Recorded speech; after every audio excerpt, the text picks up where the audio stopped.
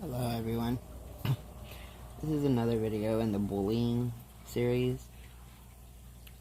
Now, these videos for the bullying, they are probably going to be a bit longer.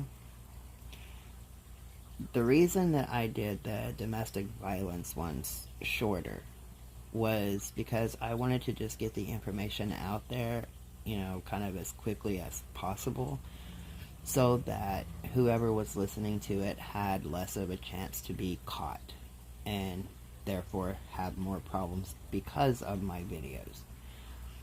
It's all about safety first.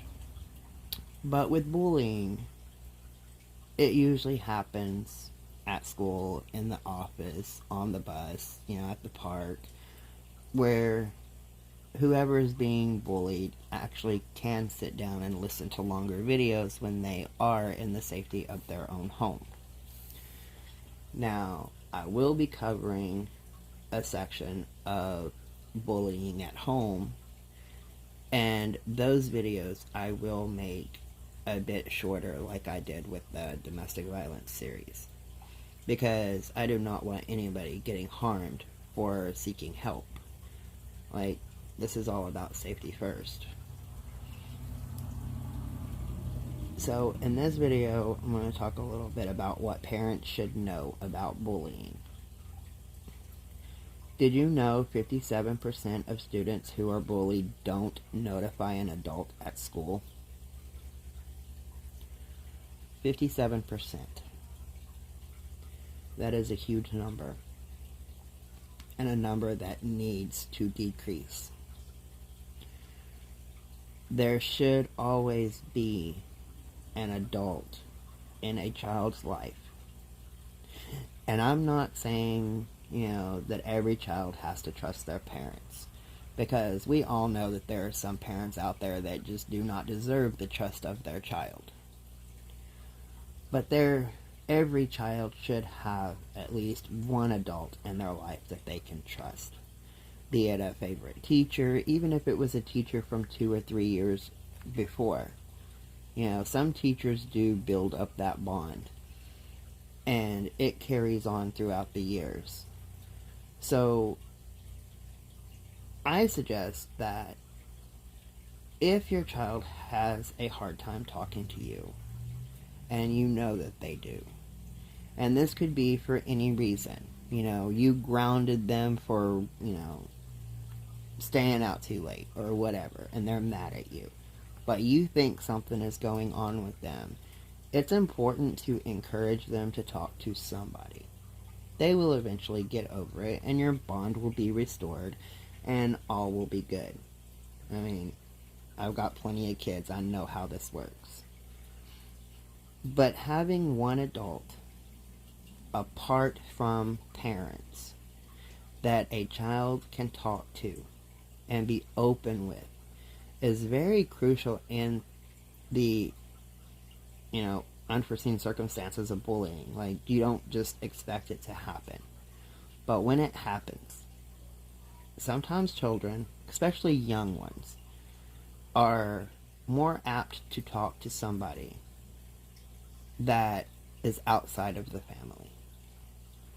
And I encourage you, if your child has had a past teacher or even this year's teacher, have that teacher ask that child if they are having a problem with being bullied. Because your child just might open up to them first. But there are a lot of strong families out there where children do feel safe to talk to their parents, and I have honestly heard more cases of children talking to their parents than not wanting to talk to their parents. Some children just don't know how to talk to their parents. They think that their parents are going to think that they're a failure, or that they did something wrong when they didn't. And so that outside person can not only help the child stop the bullying, but they can also help the child understand that the parents, the grandparents, the aunts, the uncles, whoever has custody of the child, or even an older sibling, would not be looking at them as though they are guilty. And a lot of times with bullying, that goes a long way. And if your child is experiencing bullying, when you discover that your child is being bullied, you may feel a variety of emotions from anger to fear to sadness. This reaction and emotion response are natural for parents who want their child to feel valued, protected, and loved. To become an effective advocate for your child, it is important to acknowledge your emotions and then focus on developing an action plan to help your child. The action plan, I have posted the PDF version of it to be downloaded on the community page, and I will probably say that numerous times through these videos. 1. Talk with your child. When you first talk with your child about bullying, be prepared to listen without judgment and provide a safe and supportive place where your child can work out his or her feelings. Children may not be ready to open up right away, as they too are dealing with the emotional effects of bullying and may be feeling insecure, frightened, vulnerable, angry, or sad. When your child begins to tell their story, just listen and avoid making judgmental comments. It's important to learn as much as possible about the situation, such as how long the behavior has been happening, who has been involved, and what steps have been taken. Encourage your child to talk and let them know that they are not alone and that you are there to help. Make sure your child knows. 1. It is not their fault. They are not to blame. 2. They are not alone. You are here to help. 3. It is the adult's responsibility to make the bullying stop. 4. Bullying is never okay and they have the right to be safe. 5. No one deserves to be bullied. 6. They deserve to be treated with respect. 7. They have the right to feel safe at school or the park or on the bus, wherever that is happening. Support and empower your child. After hearing your child's story, empower them to create an action plan to help stop the bullying. Talk with your child about ways you can support them as well as intervention strategies they can use, such as working with the school or advocating on their own. Creating a plan that works with your child's strengths and abilities can help build self-confidence and resilience. Make sure to share these agreed-upon strategies with those involved in your child's life, such as teachers, coaches, and other adults who interact with your child on a daily basis. Reactions to avoid. 1. Telling your child to stand up to the bully. This can imply that it is your child's responsibility to handle the situation. While there is a ring of truth to this statement, being assertive is often a good response. Sending your child back into the situation without further information will probably cause more harm. A more effective response is to brainstorm options with your child that what you can do is as a team to respond to the situation. 2. Telling your child to ignore the bullying. This is easier said than done. Your child has probably tried ignoring the situation, which is a typical response for children. If that method has been effective, however, there wouldn't be the need for the child to seek your help. It is difficult to ignore someone who is sitting behind you on the bus or next to you in class. In addition, if the student who is bullying realizes that their target is purposely ignoring them, it can actually ignite further bullying, since the response provided the sense of power and control the student seeks. 3. Taking matters into your own hands. A normal gut response from parents is to try to fix the situation and remove their child from harm. For example, a parent might call the parents of the student who is bullying, or directly confront the bully. Remember, when children tell the parents about bullying, they are looking for a parent to guide them to a solution that makes them feel empowered. Involve them in the process of determining next steps. Typically, calling out the other parent or directly confronting the bully student is ineffective. And I have actually had a couple of emails in the past about a child that was, well, the girl was 11 and the boy was 12. And she was turning to her brother that was older for guidance. She wanted him to be the big brother and step up and take care of the bully. Well, the bully ended up putting her brother in the hospital. And then she ended up feeling really guilty about putting her brother in harm's way. And that's the same with parents. If one parent goes after the other parent, then, that bully learned that behavior from somewhere. So, going after the parent, you're probably really just walking into a wildfire. Because most likely, they don't care what their kid does. Their kid has seen it, their kid has lived it, their kid is reacting because of what they have seen. It could lead back to being in a domestic home or anything like that. So confronting the parents of a bully is not always the best option. 3. Learn your rights. Check your state's legislation on bullying.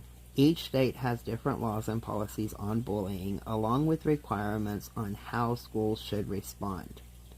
You can visit stopbullying.org to find out the laws your state has put in place.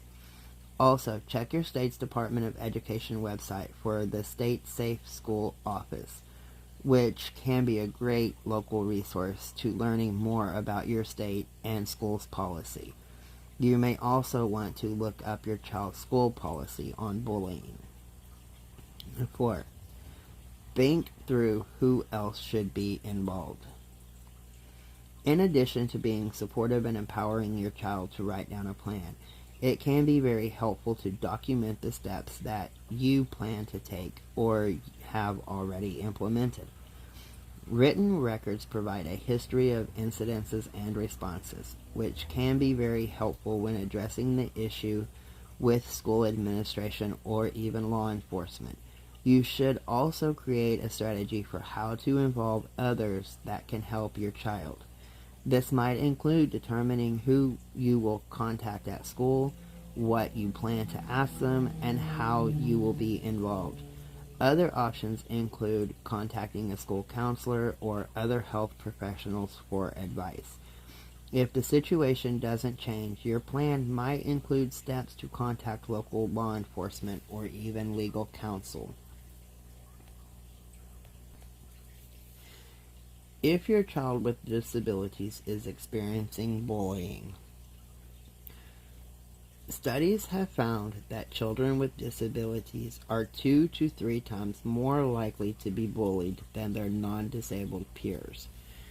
Parents, educators, and other adults are the most important advocate that a student with disabilities can have, and they play an important role in these bullying situations. Laws and policies.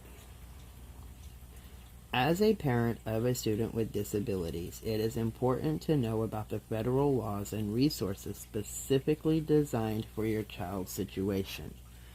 Parents have legal rights when their child with a disability is the target of bullying or harassment related to their disability.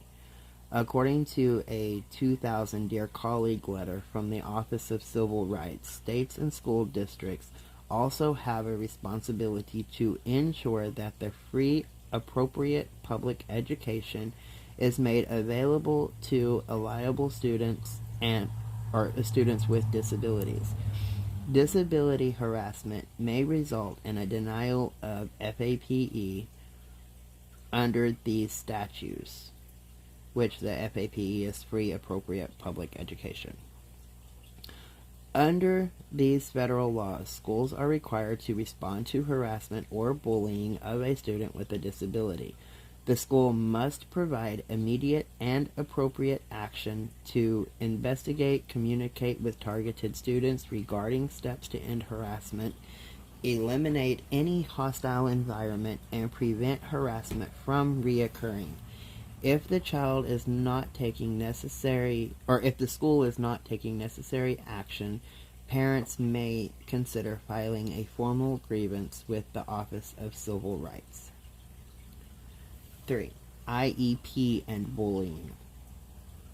The Individualized Education Program, IEP, can be a helpful tool to developing a bullying prevention plan for students with disabilities. Remember, every child receiving special education is entitled to the free appropriate public education, FAPE, and bullying can sometimes become an obstacle to receiving that education. The IEP team, which includes the parent, can identify strategies that can be written into the IEP to help stop bullying. When appropriate, it may be helpful to involve the child in this decision-making process. IEP and bullying students with disabilities who are liable for special education under the Individual with Disability Education Act, IDEA, will have an individualized education program, IEP, which can be a helpful tool in the bullying prevention plan. There is a lot of handouts and stuff that I have come across on stuff like that, and I will be posting them on my community page for y'all to read. More ideas. Peer advocacy. This is a program designed to train students to speak out on behalf of other students with intellectual or developmental disabilities. It is a unique approach that empowers students to protect those targeted by bullying and to provide social inclusion opportunities. There is also a lot of books and videos and stories that are powerful ways to share messages of inclusion, acceptance, and understanding. Those can just literally be looked up online. Okay, now I'm going to move on over a little bit to if your child shows bullying behavior. The first step would be to talk with your child. Many parents are surprised to learn that their child is showing bullying behavior. Often they have no idea that their child is exhibiting these behaviors. If you find out your child is bullying, it's important to know that bullying is a behavior and that the behavior can be changed. Students bully for many reasons, including peer pressure and being bullied themselves.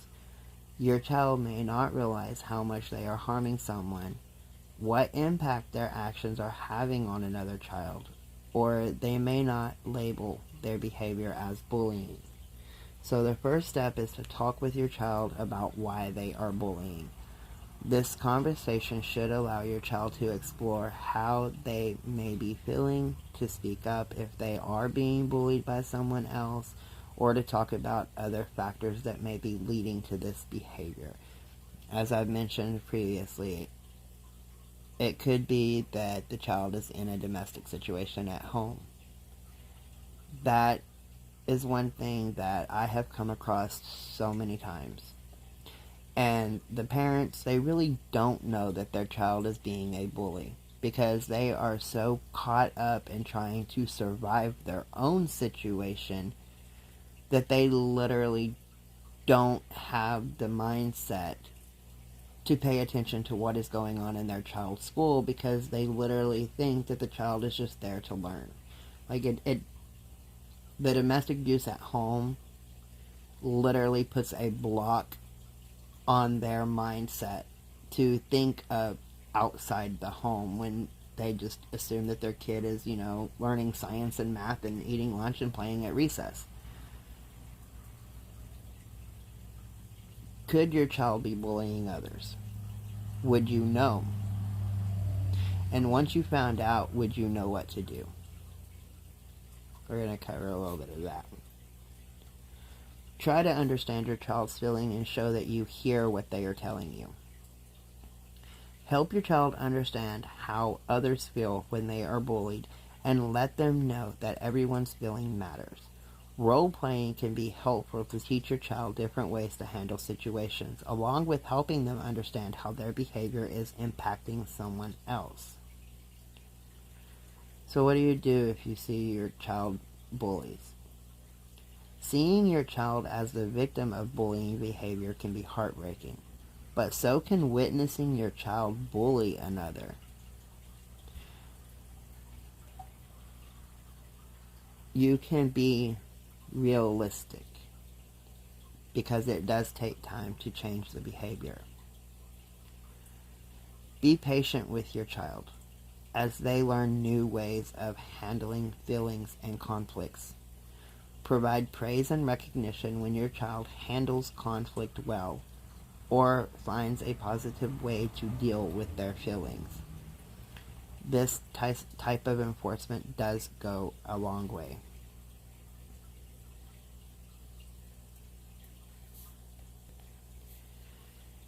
Now, what do we do if our child witnesses bullying behavior?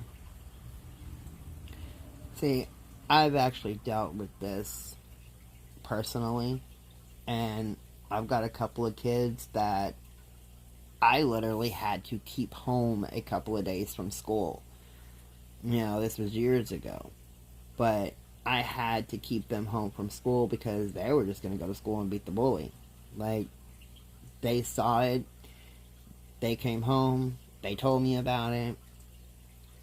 I asked them if they wanted me to go with them to talk to the teacher or, whatever.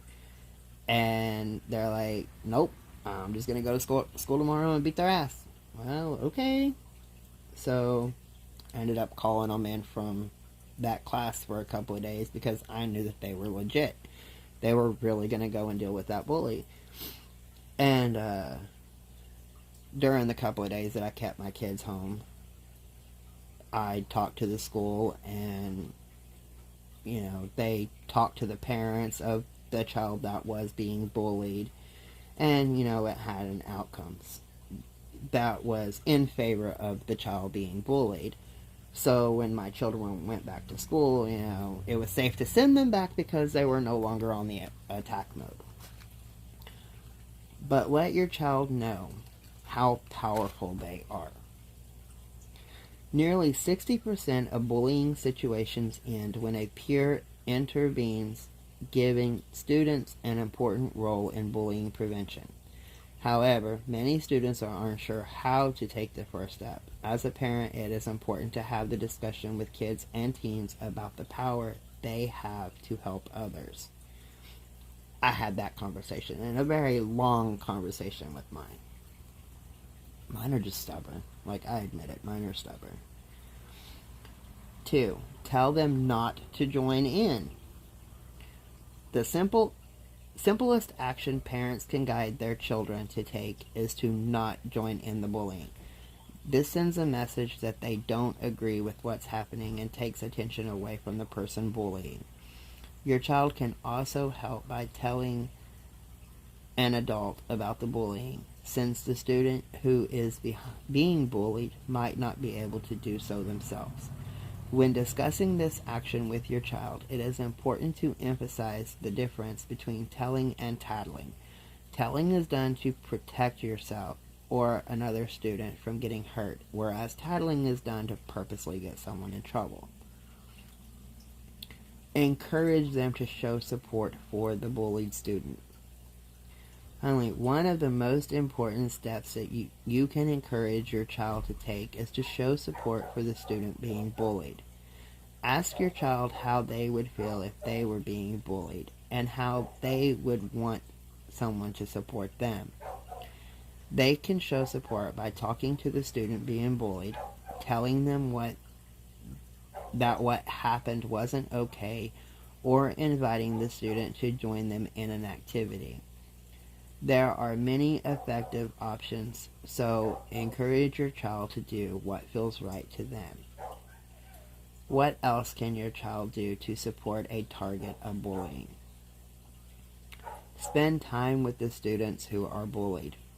Try to get students who are bullied away from the situation. Listen to the students who are bullied and talk to them about it. Tell the student that no one deserves to be bullied. If the child feels comfortable, tell a trusted adult. Never encourage or contribute for the bullying. And sometimes the parents of both somebody that is being bullied as well as the parent of a bully, sometimes they need to reach out for assistance too. They need to reach out for some emotional support. They need to get a mental break, maybe have a couple of different sets of parents, or like a single mom's group or a dad's group or whatever, that can like go out and play golf or go to a spa, go play soccer at the park, go to a basketball court, go get your nails done, go get your hair done, just anything to show that you support this other family that is being bullied, or a parent that is really concerned that their child is a bully, because parents get isolated in the whole process of bullying. Once it's turned over to the school or to the law authorities, or the parents are just left on their own. They're left to just deal with how they feel, the struggles of being extra supportive for their child or anything. So sometimes if your child knows that a child is being bullied, sometimes reaching out to the bullied child parents, invite them over for dinner or go play a card game. Just anything to kind of keep their mind off of the situation. It can give them a huge mental break so that, the next day they can literally go full force and protect their child. And it goes the same if it is a parent with a child that is being a bully. Especially like if it is caused by a domestic situation. Sometimes reaching out to the mom or the dad, going to a basketball court, getting your hair done or whatever. You may not even discuss anything at all about bullies. But just that mental break, it can allow the parents to go back in full force and actually help prevent or stop situations from happening. So bullying, whether being bullied, being the bully, witnessing it, the action plan, or just parents, grandparents, whoever's there trying to advocate for their child, sometimes they need a break too. And sometimes that couple hour break actually brings on a lot of solutions. Have a good day, everyone.